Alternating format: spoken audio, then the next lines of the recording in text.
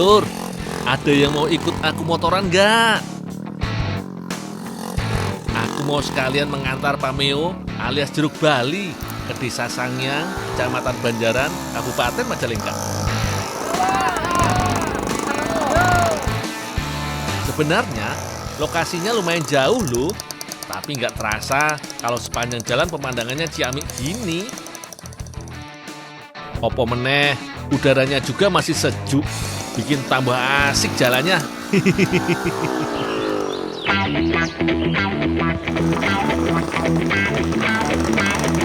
Akhirnya sampai juga ke lokasinya. Mumpung di sini, aku mau ikut bantu ngolah jeruk Bali. Ini jeruknya dikupas semua, Pak? Nah, iya, dikupas dulu ini kulitnya. Pamelo iki mau dijadikan kalua. Yang nggak tahu kalua, sabar sih yo. Aku beresin dulu tugasku. Potong pamelo jadi 4 bagian. Kemudian pisahkan kulit terluar, kulit bagian dalam, dan daging buahnya. Nanti yang mau dipakai hanya kulit bagian dalamnya aja yo. Lanjut, potong-potong lagi kulit pamelonya supaya ukurannya lebih nyaman dimakan. Selanjutnya, kulit pamelo dicuci sampai bersih. Oh iya, aku punya tips nih mencuci supaya hilang rasa pahitnya. Teman-teman, ada tips nih gimana caranya ngolah kulit jeruk Bali supaya rasa pahitnya hilang. Caranya yaitu dengan direndam air dan kapur sirih atau kapur yang lain. Boleh dicoba. Air kapur sirih diaduk sampai merata. Pastikan semua bagian kulit pamelo terendam air kapur sirih yo.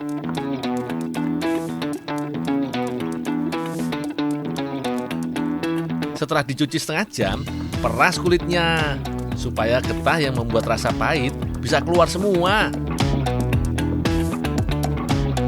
Terakhir, bilas lagi pakai air bersih.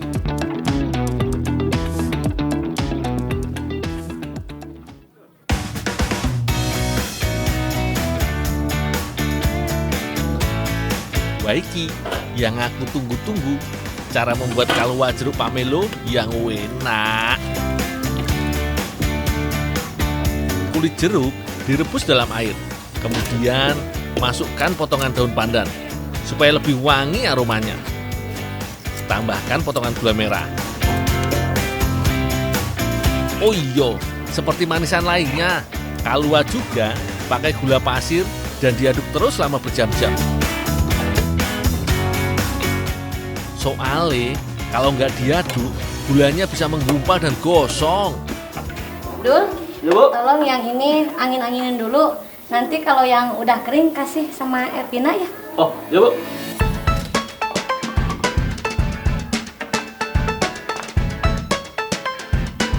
Kalua yang sudah agak kering iki harus dijemur langsung di bawah matahari yo.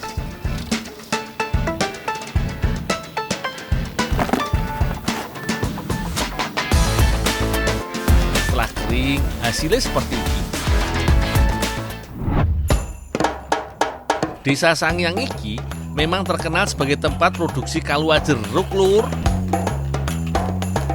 Makanya kalau pada ke Majalengka, ojo lali beli kalua yo, bisa dimakan sendiri atau jadi oleh-oleh buat sanak saudara. Sebenarnya kalua sudah bisa langsung dimakan, tapi iki Teh Vina dan Teh Ayu mau membuat gabi isi kalua. Aku kebayang enak iki. Teh, ini teh kaluanya yang udah jadi. Ya, makasih Duh. Taruh sini aja. Oh, ya Teh. Bahannya gampang banget ditemukan di dapur, Lur. Cukup pakai tepung terigu, tepung maizena, kental manis. Aduk semua bahannya, Lur. Pastikan adonan tidak terlalu cair atau padat. Jadi cukup mengental wae yo. Untuk isi gabin, potong kalua lebih kecil lagi. Yuk, ini udah banyak nih. Ya tusak teh, campurin aja. Kemudian campurkan kalua dengan adonan tepung. Kalau sudah rata, adonan langsung dibagi dan ditambah pewarna makanan yo. Jadi tampilannya lebih menarik. Selanjutnya, ambil biskuitnya. Terus, tambahkan adonan dan tutup lagi dengan biskuit. Pelan-pelan wae, supaya biskuitnya nggak retak atau isi gabinnya lebih rapi. Bikin yang banyak yo, supaya puas makan nih.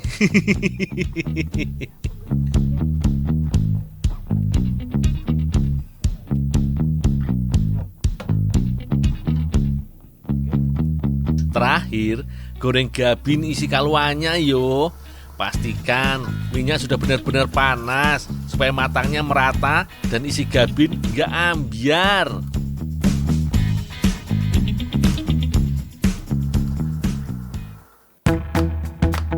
Dulunya, kue gabin berasal dari nama biskuit yang dipadukan dengan adonan tape. Iki termasuk jajanan yang populer dan sempat jadi oleh-oleh khas di Samarinda, Kalimantan Timur. Kalau sekarang sih sudah menyebar kemana-mana yo. Isinya juga bervariasi. Gak cuma tape, tapi bisa rebut, sayuran, atau flak. Nah, kalau iki spesial, pakai kalua pamelo.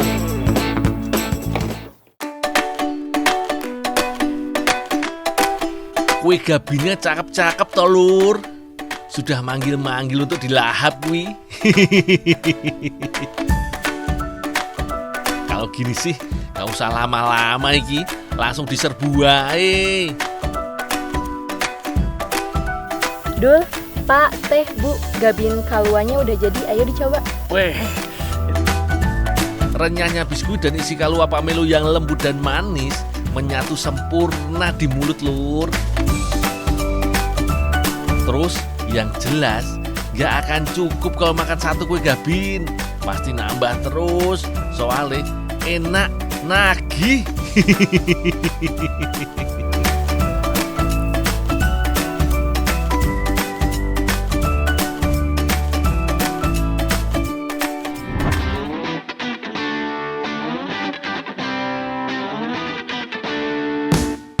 Sore lur, aku lagi di Kecamatan Pamengpek, Kabupaten Garut, Jawa Barat nih. Hari ini aku mau bantu Pak Jali panen salah satu tanaman asli dari Indonesia. Namanya temulawak.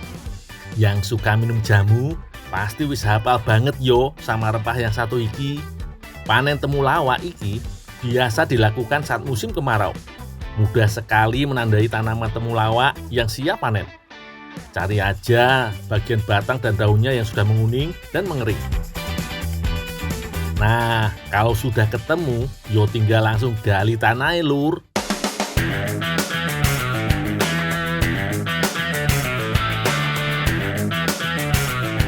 Bagian rimpang inilah yang diambil. Umumnya, rimpang temulawak diolah menjadi minuman herbal. Tapi bagi masyarakat di Ranca Buaya, Kabupaten Garut, mereka biasa mengolah rimpang temulawak jadi cemilan seperti agar dan bolu. Aku penasaran banget sama rasanya lur.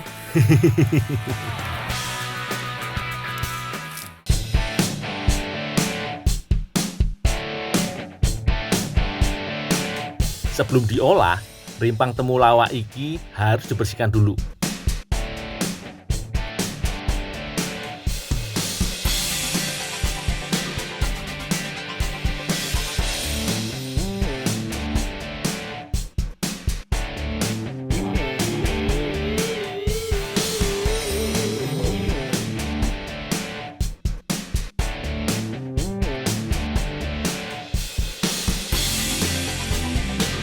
Kupas seluruh kulitnya, lalu cuci di air mengalir biar bersih dari tanah yang masih menempel.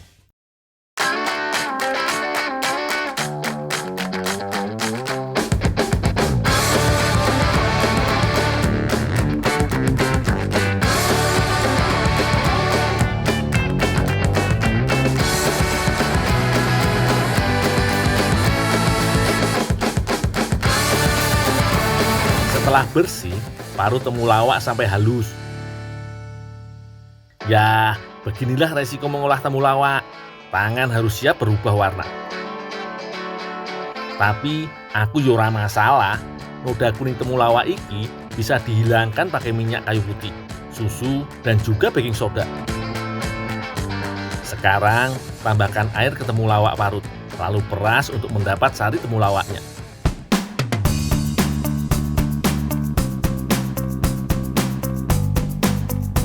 Temulawak iki banyak mengandung zat baik untuk tubuh lur, mulai dari protein, karbohidrat, minyak atsiri, dan kurkumin. Kurkumin kuwi banyak manfaatnya, mulai dari antibakteri, antiinflamasi atau peradangan, bahkan anti kanker juga lho lur. Untuk membuat agar dan bulu temulawak, air perasan temulawak ini harus diolah jadi bentuk tepung lur.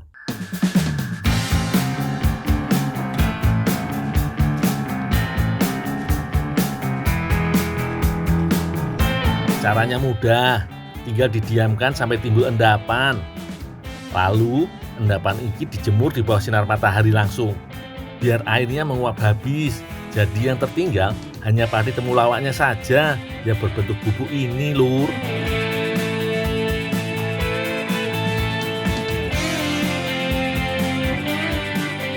Pak, ini tepung temulawaknya. Iya. Tepung temulawak iki siap kita olah jadi agar dan bolu lur. Untuk membuat agar temulawak, caranya mudah. Cukup larutkan temulawaknya dengan air biasa, lalu tambahkan gula secukupnya. Sing unik, adonan agar temulawak ini juga ditambahkan campuran madu, lempuyang, jahe merah, dan kulit manggis. Keempat bahan ini jelas punya khasiat untuk kesehatan lur. Untuk variasi warna pada agar temulawak, Pak Jali menambahkan pewarna dari perasan daun pandan.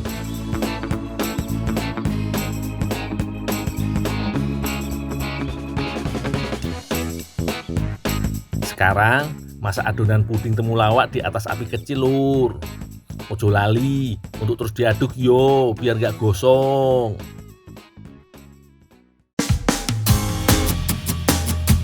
Adanya kandungan zat pati pada temulawak membuat adonan mengental saat sudah matang. Harus cepet-cepet taruh di cetakan lur, jangan sampai mengeras di panci. Mantep iki lur, agar-agar temulawaknya. Tapi aku masih harus bersabar, soalnya masih ada satu olahan lagi yang mau dibuat, yakni bolu temulawak. Bu Eti sudah mau mengolahnya tuh lur. Kalau biasanya buat bolu hanya butuh tepung terigu, bolu spesial ini ada tambahan tepung temulawaknya lur. Sebelumnya kocok telur ayam, gula pasir dan mentega sampai mengembang. Biar aroma bolunya harum, tambahkan bubuk kayu manis dan lempuyang. Lalu aduk sampai semua bahan tercampur rata lur.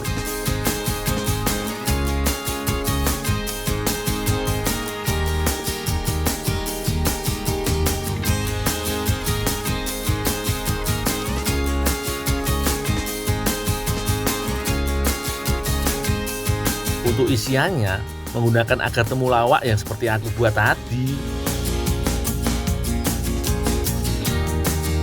Adonan agar yang mengental ini akan ditaruh di atas adonan bolu.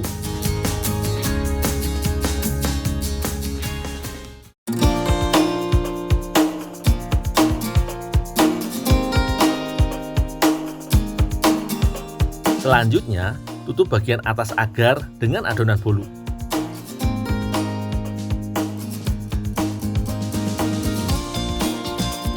Sekarang panggang adonan hingga matang yo lur.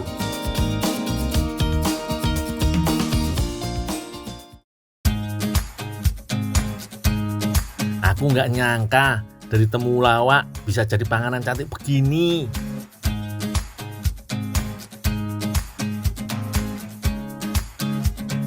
Soal rasa jangan ditanya lur, enak tenan. Sejatinya temulawak iku punya rasa pahit yang khas. Tapi kalau sudah diolah jadi panganan seperti ini, yang terasa di mulut hanyalah rasa manis.